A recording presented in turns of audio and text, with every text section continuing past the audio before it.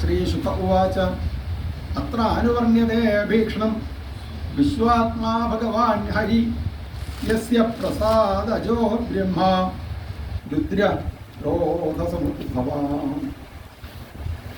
അത്ര അനുവർണ്യതേ ഭീക്ഷണം വിശ്വാത്മാ ഭഗവാൻ ഹരി യസ്യ പ്രസാദജോ ബ്രഹ്മ രുദ്ര ക്രോധസമുദ്ഭവാം. സാക്ഷാൽ ഭഗവാൻ തന്നെ 3 ഭാവത്തിൽ ഈ ലോകത്തില് അവതാരം സ്വീകരിച്ചു. എങ്ങനെ? സത്വഗുണപ്രധാനിയായിട്ട് സാക്ഷാൽ മഹാവിഷ്ണു, രജോഗുണപ്രധാനിയായി ബ്രഹ്മാവ്, തമോ ഗുണപ്രധാനിയായിക്കൊണ്ട് രുദ്രൻ മഹാദേവൻ ഈ ലോകത്ത് അവതരിച്ചു. സത്വഗുണം, രജോ ഗുണം, തമോ ഗുണം, സൃഷ്ടി, സ്ഥിതി, സംഹാരം.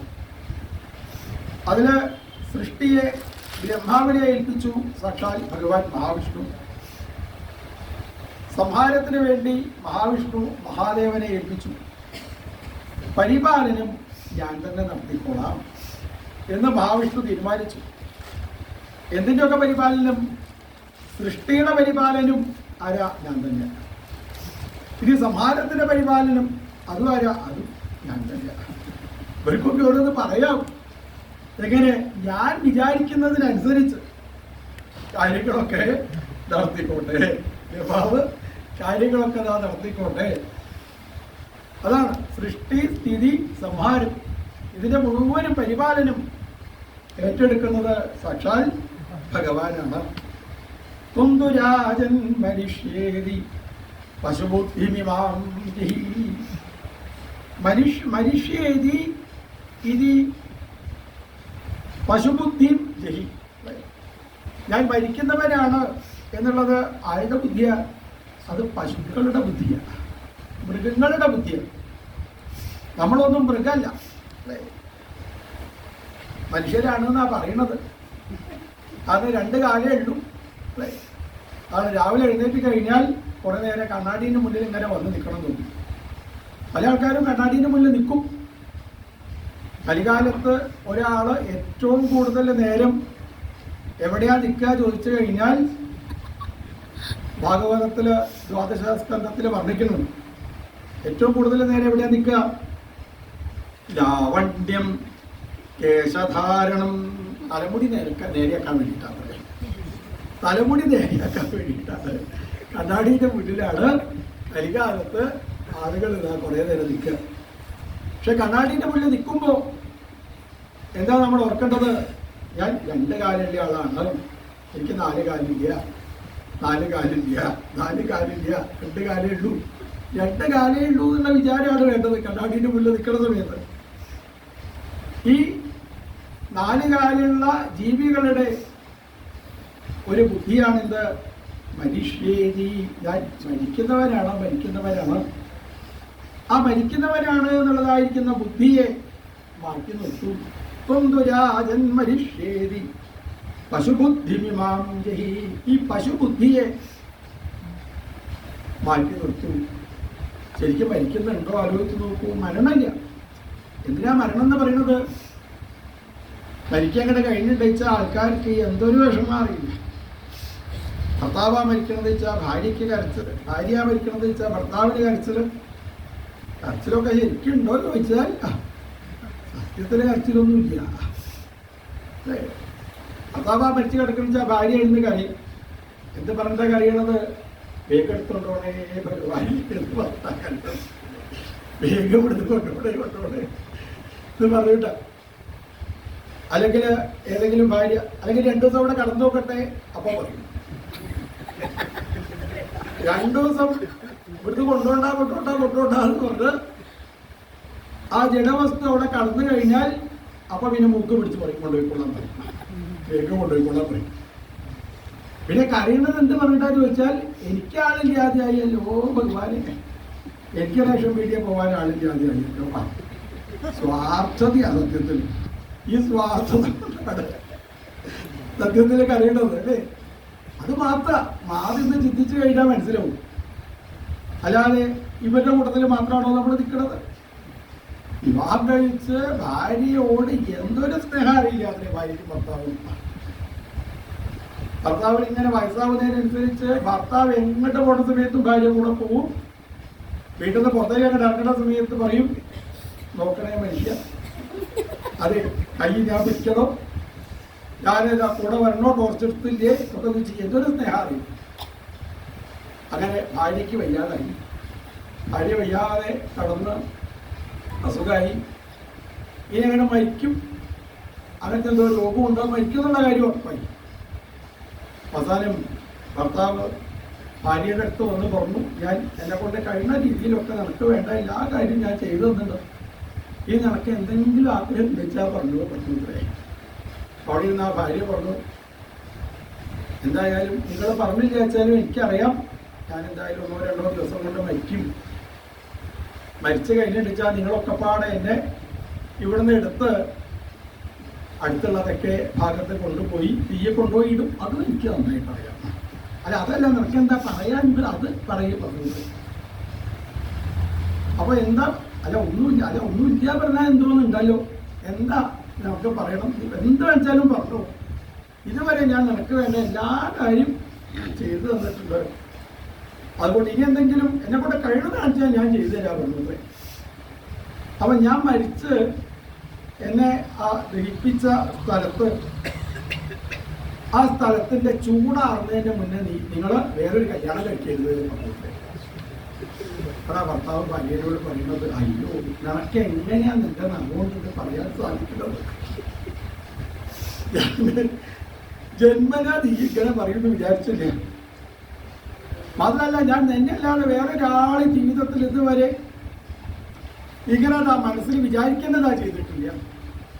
എന്തിനു പറയുന്നു, ഈ സ്ത്രീ മരിച്ചു, ഈ സ്ത്രീയുടെ ശവം അടക്കാൻ വേണ്ടിയിട്ട് കൊണ്ടുപോകുമ്പോൾ ഏതോ ഒരു സ്ത്രീയെ കണ്ടു, മൊബൈൽ നമ്പർ കിട്ടി. പിന്നെ ആ സ്ത്രീയെ കല്യാണം കഴിക്കാത്ത ആഗ്രഹത്തോട് കൂടിയിട്ട്, പക്ഷെ ഭാര്യയ്ക്ക് കൊടുത്ത് വാക്ക് പാലിക്കേണ്ടത് എല്ലാവരും കടന്നു നോക്കിക്കഴിഞ്ഞാൽ ഇയാൾ എന്താ ചെയ്യുക, ഇയാൾ ബക്കറ്റിൽ വെള്ളം എടുത്ത് അവിടെ കൊണ്ടുപോയി വെക്കും. ഭാര്യയ്ക്ക് കൊടുത്ത് വാക്ക് പാലിക്കാൻ വേണ്ടിയിട്ട്. സത്യത്തില് ഇത്രയുള്ളൂ സ്നേഹം. വെറുതെ വിചാരിക്കുക ഇവരൊക്കെയാണ് എന്നുള്ളത്. ഒന്ന് മാറി ചിന്തിക്കുന്ന സമയത്ത് മാത്രമേ ഉള്ളൂ അഹം ധന്യാൻ മന്യേ, നമുക്ക് സന്തോഷം ഉണ്ടാവണം. ഈ ലോകത്തുള്ള ആൾക്കാരെ, ഭാര്യ ആയാലും ശരി, ഭർത്താവായാലും ശരി, കുട്ടികളായാലും ശരി, ബന്ധുക്കളായാലും ശരി, എൻ്റേത് എന്ന് വിചാരിക്കുന്നവരൊക്കെ അതെൻ്റേതാണെന്ന് വിചാരിച്ചാൽ അത് ദുഃഖത്തിന് കാരണമാണ്. എന്നെ ഏറ്റവും അടുത്തിരിക്കുന്നത് ആരാ? ഏറ്റവും അടുത്തിരിക്കുന്നത് ഇവരൊന്നല്ല അടുത്തിരിക്കുന്നത് ഭഗവാൻ മാത്രമാണ്. സ്വന്തം സമീപേ രമണം രതിപ്രദം വിത്തപ്രദം നിത്യമിമം വിഹായ അകാമതം. ഭാര്യയ്ക്ക് ഈ ഭർത്താവിന് വേണ്ട എന്തെങ്കിലും കാര്യങ്ങൾ സാധിച്ചു തരാൻ സാധിക്കുന്നുണ്ടോ? ഭർത്താവിന് സാധിക്കുന്നുണ്ടോ? കുട്ടികൾക്ക് സാധിച്ചു തരാൻ സാധിക്കുന്നുണ്ടോ? അതെ, അകാമതം ദുഃഖഭയാതിശോകമോഹപ്രദം ഉച്ചമഹം ഭജേത്യ. അതുകൊണ്ട് ഈ ലോകം നിത്യമാണ്, സത്യമാണ് എന്ന് വിചാരിക്കാനായിട്ട് നാം പാടില്ല. ഈ ശരീരം അതെന്തോ ആയിക്കോട്ടെ, ശരീരമല്ല ഞാൻ. ശരീരത്തിൻ്റെ ഉള്ളിലുള്ളതായിരിക്കുന്ന ജീവാത്മാവാണ്. മനുഷ്യേതി പശുബുദ്ധിമിമാം ജയി. അതൊക്കെ ശരീരത്തിനാണ് നാശമുള്ളത്. ശരീരത്തിനുള്ളിലുള്ളതായിരിക്കുന്ന ഈ ജീവാത്മാവിന് യാതൊരു മാറ്റവുമില്ല. മൃത്യു അത്യന്ത വിസ്മൃതി, ഇതിനാണ് മരണം എന്ന് പറയാം. സാധാരണ ഇന്നലെ അല്ലേ എഴുന്നേറ്റ് കഴിഞ്ഞാൽ, നമ്മൾ ഉണർന്നു കഴിഞ്ഞാൽ ഇന്നലെ എന്താ എന്നുള്ളത് നമുക്ക് ഓർമ്മ വരും. ആ മരണത്തിലോ ഇന്നലെയത്തെ ഓർക്കാൻ സാധിക്കാത്തതായ പുതിയ ഒരു ദിവസത്തിനാണ് നമ്മൾ മരണം എന്ന് പറയുന്നത്. അത്രയേ ഉള്ളൂ. ഈ ശരീരം, ഒരു പുതിയ ശരീരം ഭഗവാൻ നമുക്ക് തരുന്നു. ഈ പുതിയ ശരീരം കിട്ടിക്കഴിഞ്ഞാൽ നല്ലതല്ലേ? ആലോചിച്ച് നോക്കൂ. നമ്മളിങ്ങനെ വളർന്ന് വരുമ്പോൾ കൈ വേദന, കാല് വേദന, മുട്ടുവേദന, ഊരവേദന. എന്റെ ഭഗവാനെ ഇരിക്കാൻ വയ്യ, നിൽക്കാൻ വയ്യ, കാണുന്നില്ല, ഒന്നും സാധിക്കുന്നില്ല. അപ്പൊ ഈ ചീത്ത ശരീരം മാറി ഭഗവാൻ നല്ലതാ ചെയ്യുന്നത്. ഒരു നല്ല ശരീരം വരെ കൊടുക്കാട്ടോ, ഒരു നല്ല ശരീരം വരെ കൊടുക്കാതെ ഭഗവാന്റെ കാരുണ്യ ശരിക്കും. അപ്പൊ വേഗം മരിക്കാന്ന് പറഞ്ഞാൽ ഭഗവാന്റെ കാരുണ്യാണ്. അതാണ് വിചാരിക്കുന്നത്. ഇപ്പൊ നല്ല ഒരു ഡ്രസ്സ് നമുക്ക് കിട്ടുക വെച്ചാൽ, നല്ലൊരു ഷർട്ട് കിട്ടുക വെച്ചാൽ 10 കൊല്ലമായിട്ട് എടുത്ത ഈ ഷർട്ട് ആവുമ്പോൾ അത് വേണ്ട, ഒരു പുതിയ ഷർട്ട് കിട്ടുക, അതാണ് സന്തോഷം. അതേപോലെ പുതിയതായിരിക്കുന്ന ഒരു ശരീരം ഭഗവാൻ നമുക്ക് തരപ്പെട്ടതെന്ന് പറയുമ്പോ അതല്ലേ ജീവിതത്തിലെ സന്തോഷം. അപ്പൊ പരട്ടെന്ന് പറഞ്ഞാൽ ഒന്നുമില്ല, ഇതൊക്കെ സത്യമാണ് എന്ന് ആവശ്യമില്ലാതെ വിചാരിച്ച് ചില മരിച്ച വീടുകൾക്കാണ് കയറി പോകുമ്പോ എന്തൊരു കരച്ചിലാണ്. കാര്യത്തെ കഴിഞ്ഞാൽ പോയി നോക്കിയാൽ കാണാം, അതുവരെയുള്ള കരച്ചിലൊന്നുമില്ല, ആദ്യത്തെ കരച്ചിലൊന്നുമില്ല. കുറച്ച് കഴിഞ്ഞാൽ കരച്ചിലിങ്ങനെ കുറഞ്ഞതാ വരൂല്ലേ. അപ്പോ ഇതൊക്കെ വെറുതെ വിചാരിക്കുകയാണ്, ഇതൊക്കെ എന്നെ രക്ഷിക്കും. ഇവരൊന്നുമല്ല നമ്മളെ അടുത്തിരിക്കുന്നത്. സമീപേ രമണം രതിപ്രദം വിത്തപ്രദം നിത്യമിമം വിഹായ അകാമതം ദുഃഖഭയാതിശോകമോഹപ്രദം തുച്ഛമഹം ഭജേജ്ഞ. അജ്ഞത കൊണ്ടാണ് ഈ തുച്ഛമായിരിക്കുന്ന ലോകം സത്യമാണ് എന്ന് വിചാരിച്ചു കൊണ്ടിരിക്കുന്നത്. ത്വംതുരാജൻ മനുഷ്യേതി. അപ്പൊ വയസ്സായി ഇങ്ങനെ വരുന്നുണ്ട് വെച്ചാൽ ചെറിയ കുട്ടിയാവുന്ന സമയത്ത് നമ്മൾ ആലോചിക്കണം എന്ന് പറയുന്ന, ജനിച്ച് അന്ന് നമ്മളെ കാലിന്റെ മോള് ഒരു സർപ്പം കടിച്ചിട്ടുണ്ട്. ഏത് പാമ്പാ കടിച്ചത്? മരിച്ച അന്ന് കടിച്ച പാമ്പ്. തക്ഷകൻ എന്ന് പറഞ്ഞാൽ എൻ്റെ അർത്ഥം നമ്മളെ കാലിന്റെ മോള് കടിച്ച പാമ്പാ. അല്ലേ? ഏതാ പാമ്പ്? അതാണ് മരണസർപ്പം.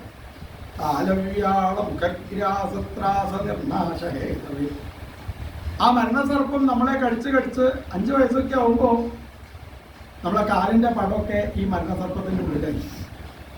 10 വയസ്സായി കഴിഞ്ഞാൽ കാലിന്റെ മുട്ട് വരെ മരണസർപ്പത്തിന്റെ ഉള്ളിലായി. ഒരു 19 വയസ്സ് റിട്ടയറൊക്കെ ആവുമ്പോഴേക്കും ഏകദേശം 6 വരെ ഈ സർപ്പത്തിന്റെ ഉള്ളിലായിരുന്നു. ഇപ്പൊ ഈ മരണസർപ്പത്തിന്റെ എത്ര ഉള്ളിലായി നമ്മളെന്ന് അറിയണമെന്ന് വെച്ചാൽ എന്ത് ചെയ്താൽ മതി? എത്ര വയസ്സായി നോക്കിയാൽ മതി. എത്ര വയസ്സായി അല്ലേ? അതാണ് നമ്മൾ ഓർക്കേണ്ടത്. അത് ഓർക്കണില്ല, എത്ര വയസ്സായി നമ്മൾ ഓർക്കണില്ല. ഇത് ചെറിയ കുട്ടിക്കാലത്തിന്റെ നമുക്ക് ഓർമ്മ ഉണ്ടായി കഴിഞ്ഞാലോ, ഞാൻ ഇവിടുന്ന് ഭഗവാന്റെ അടുത്ത് എത്തിച്ചേരേണ്ട ആളാണ്. ഭഗവാന്റെ അടുത്തേക്ക് എത്താൻ വേണ്ടി മാത്രമാണ് എനിക്കിതാ കണ്ണ് തന്നത്, കാല് തന്നത്, ശരീരം തന്നത്.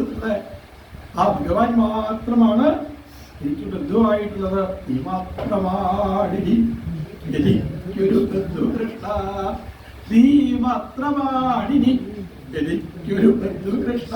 ശരീരം കളത്രം സുഖം ബന്ധുവർഗം ധരം സത്മവൃത്യം ഭുവം ച സമസ്തം പരിത്യജ്യ കഷ്ടം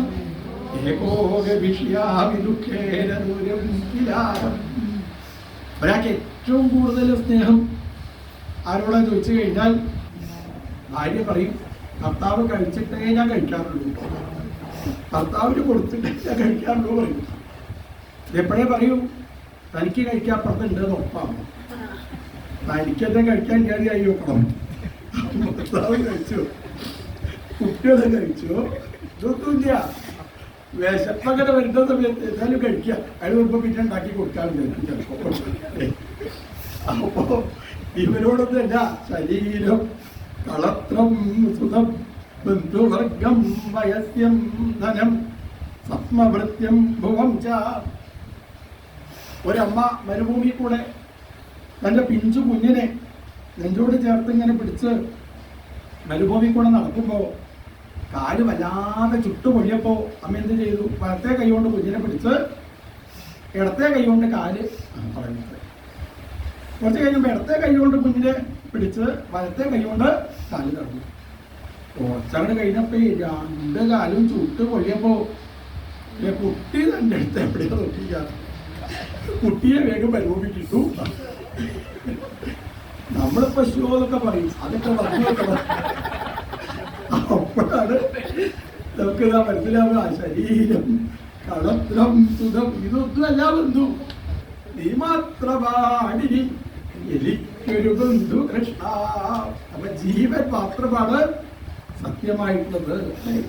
ഇതൊക്കെ എന്റേതാണെന്ന് വിചാരിച്ചാൽ അതിതാ തെറ്റായി. തുന്തുരാജന്മരിഷ്യേതി പശുബുദ്ധിമിമാം ജഹീം ന ജാതഃ പ്രാഗഭൂതോദ്യ ദേഹവത്വം നനംക്ഷസി ന ജാതഃ. ഈ ശരീരം ജനിക്കണമില്ല മരിക്കണമില്ല. അതങ്ങനെ ശരീരത്തിനാണ് ജനനവും മരണവും. എന്താണ്? എനിക്ക് ജനനവുമില്ല മരണവുമില്ല. ന ഭവിഷ്യസി ഭൂത്വാത്വം പുത്രപൗത്രാദിരൂപവാൻ ബീജാങ്കുലവദ്ദേഹാദേർ വിതിരിക്തോ യഥാനല സ്വപ്നേ യഥാശിരശ്ചേദം ന ഭവിഷ്യസി ഭൂത്വാത്വം പുത്രപൗത്രാദിരൂപവാൻ. ഇവിടെ പുത്രപൗത്ര രൂപത്തില് ആരാ? നമ്മൾ തന്നെയാണ് ജനിക്കുന്നത്. അതുകൊണ്ടാണ് തനയൻ എന്നുള്ള പേര്.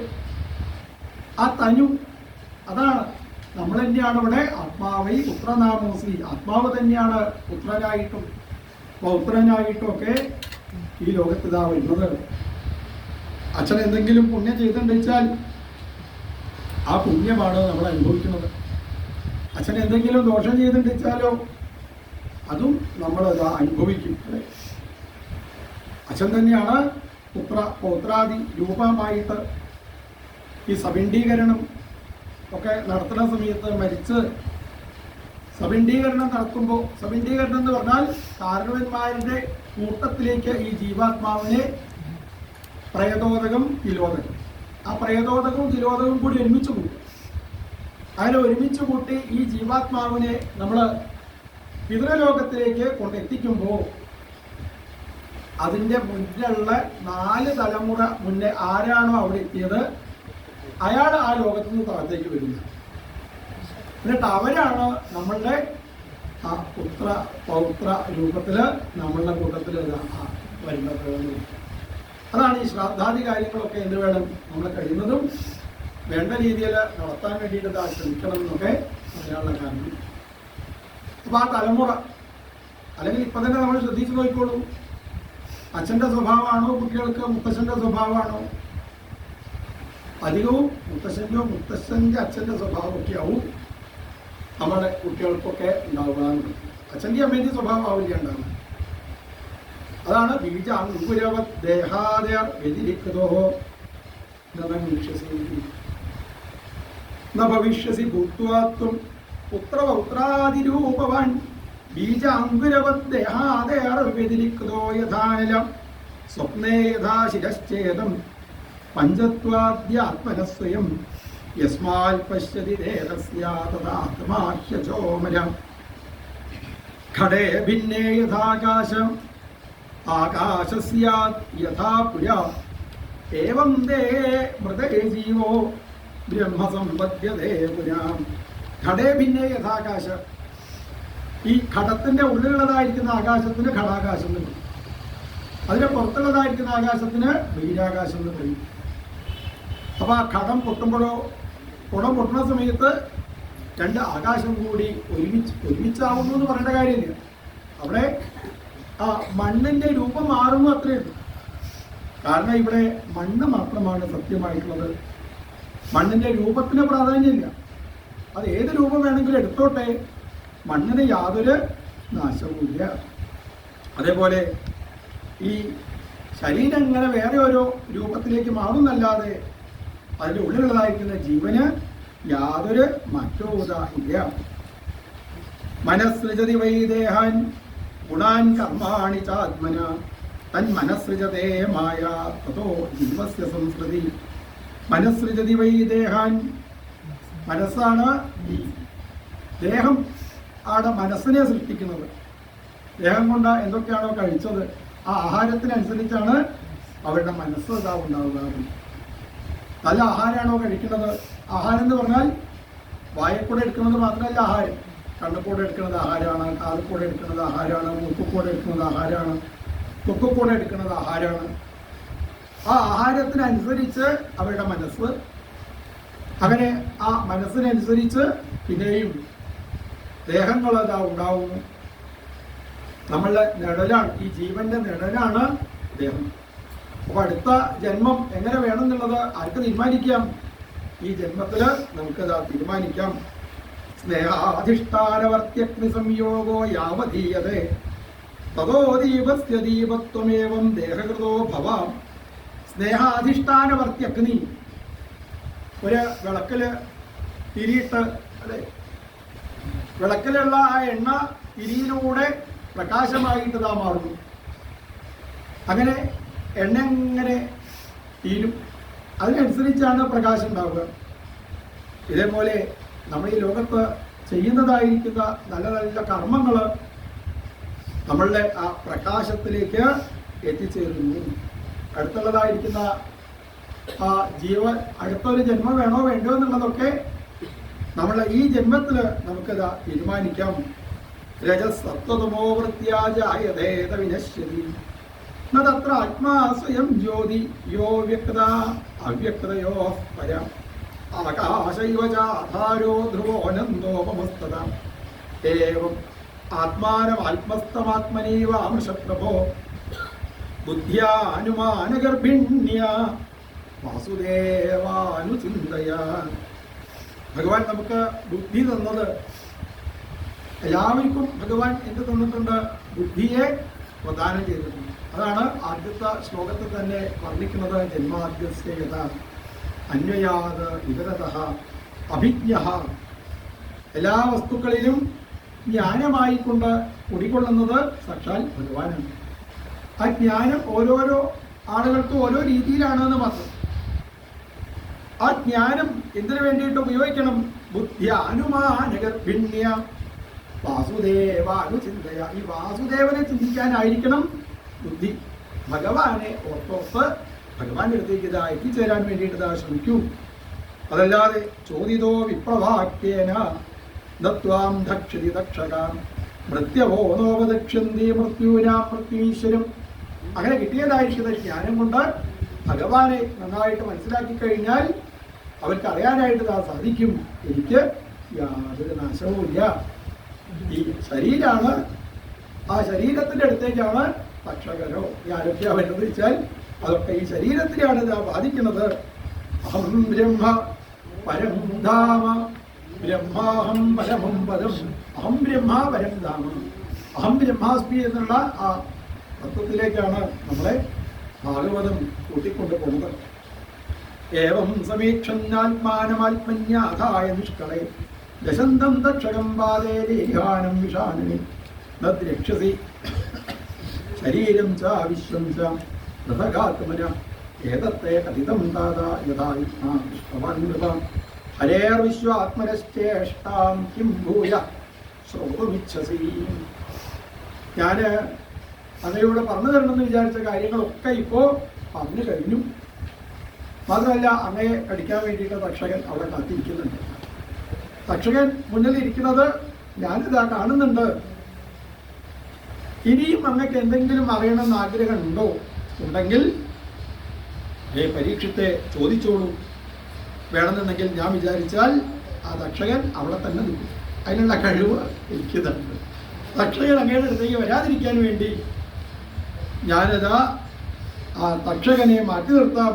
കിം ഭൂയ ശ്രോതും ഇച്ഛസി. എന്തെങ്കിലും അങ്ങ് കേൾക്കണമെന്ന് ആഗ്രഹിക്കുന്നുണ്ട് വെച്ചാൽ പറഞ്ഞോളൂ, ഞാനിതാ പറഞ്ഞു തരാം. ആലോചിച്ച് നോക്കൂ, എന്തായി ശ്രീശുബ്രഹ്മണ്യയുടെ പ്രത്യേകത? സ്വഗോദോഹന മാത്രം ഹി ഗൃഹേഷു ഗൃഹഭേദിനാം. ഗോദോഹനം, പശുവിനെ കറക്കുന്ന സമയം മാത്രമേ ഈ ശ്രീശുബ്രഹ്മണ്യയുടെ സ്ഥലത്തിരിക്കൂ. പിന്നെ പശുവിനെ കറക്കുക എന്ന് പറഞ്ഞാൽ എന്താ അർത്ഥം?